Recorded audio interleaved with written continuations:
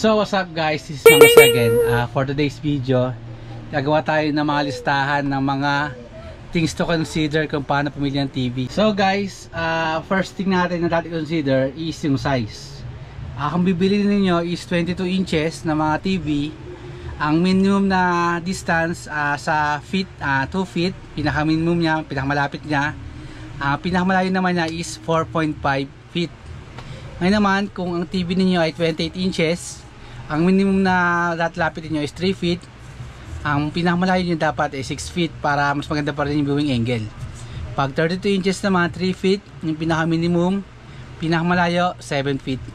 Pag 43 inches naman, 4 feet yung pinakamalapit para hindi lumabo yung paring sa TV. Then 9 feet yung pinakamalayo para yung details ng TV is kitang-kita nyo pa rin.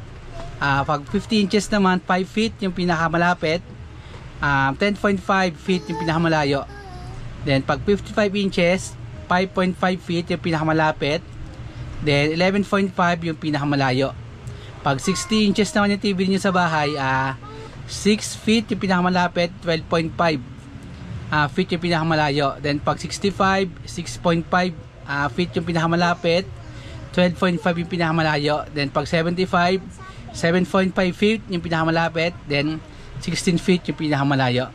Ayun yung distance na appropriate para hindi maging blurred yung TV nyo or magkulang sa details. Kasi pag sobrang layo sa TV, magiging blurred yung TV, parang malabo. Pag sobrang layo mo naman, is yung details naman na magkukulang. Alright? So guys, yung number 2 naman natin is kung smart TV or basic TV. Depende sa paggagamitan eh. Kung sa bahay lang, gagamit lang yung mga elder o yung matanda, usually ang gusto naman yan yung mga basic lang. Nanood lang yan ng mga palabas kagaya ng mga Batang Quiapo, yung mga ganun. So, ang recommended doon is yung mga basic TV lang. Pero pag yung mga gumagamit na yung mga Gen Z, mga millennial, normally ang gusto niya mga smart TV or Android TV. So ngayon, yung i-recommend natin pag mga TV lang nanonood lang, basic TV lang. Tapos kung mga Gen Z, millennials, mahilig sa mga internet, then consider din dapat na wifi sa bahay, internet, para smart TV yung piliin natin. So guys, dito sa number 3, kung 4K or 1080p. Kapag 4K kasi guys ang pinili natin, usually dapat ang mga content natin na i-play is 4K din. Halimbawa, mag-download tayo ng mga 4K movies, or kung 4K man yung ina-play natin sa Netflix, yun, mapapanawa natin yung 4K. Kung nasa bahay ka lang, halimbawa, nanonood ka ng mga Batang Quiapo, nanonood ka ng mga movies na mga 1080p, usually ang recommend ko is 1080p. So ngayon, paano mapapanabakan yung 4K pagka 1080p lang pinapanood ko? Kasi yung mga 4K TV, kasi nag-upscale po yan. Halimbawa, nanonood ka ng 1080p, i-upscale niya po yung mas mataas sa 1080p, pero hindi po abot dun sa pinaka 4K movie 1080p pa rin siya, ma-upscaling lang, na-upscale lang po siya yung resolution niya.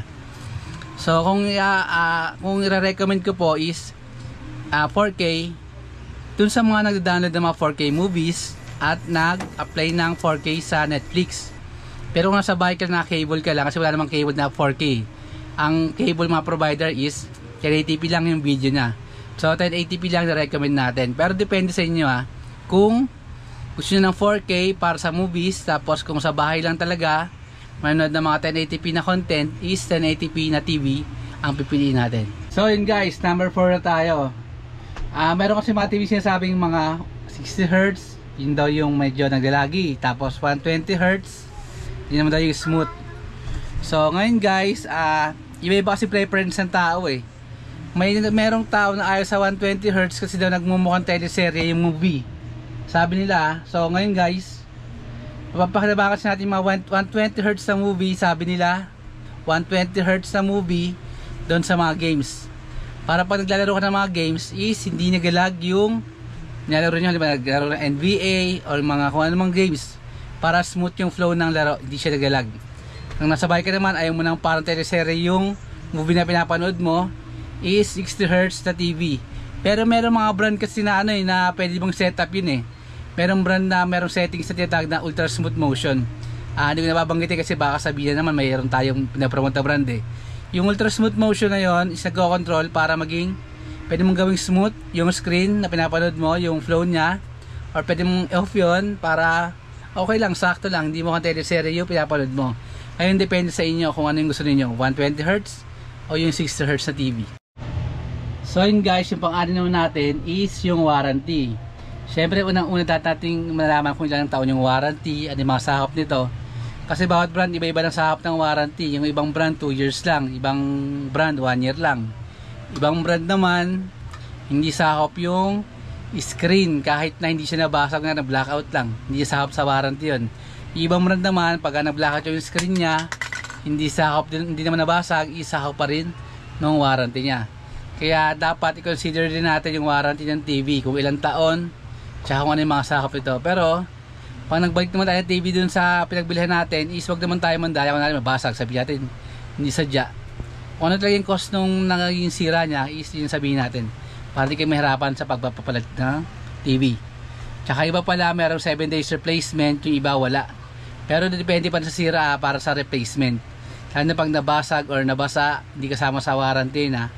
So yun guys, yung pang 7 naman natin is yung budget. Yun talaga yung pinaka-main kaya hinuli ko kung magkano yung magiging budget natin Pero syempre depende sa makukuha natin. Kunyari nag-budget lang tayo ng mas mababa, normally talaga yung makukuha natin is mas mababa yung specs. Pero medyo magbabudget tayo ng mas mataas, mas magandang TV na yung makukuha natin. Bali yung pinakahuli talaga na i-recommend natin is yung brand. Gino-consider pa po natin yung brand ngayon.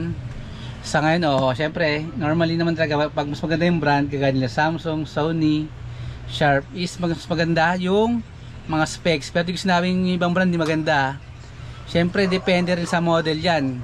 Pag higher model yung kinuha ninyo, halimbawa Sony yung kinuha ninyo, yung lower model naman, hindi mo pa rin makuha yung pinakamagandang specs ng TV. Syempre mas magandang specs, mas mahal talaga. Kaya sa uli, yung specs tsaka yung presyo, gino-consider natin yan para sa TV makuha natin. So guys, yung pala yung mga things to consider para sa pagpili ng TV. Bali magamit nyo yan para hindi kayo magkamali or maging guide nyo yun sa pagpili ng TV sa bahay, para hindi kayo malakihan or maliitan. Mamang bigla kayo, uy, sobrang liit pala sa bahay natin or sobrang laki. So yun guys, salamat pa rin sa mga nag-subscribe, mag-like sa video natin. Sana huwag niyo makalimutan mag-like, share, and subscribe. Alright.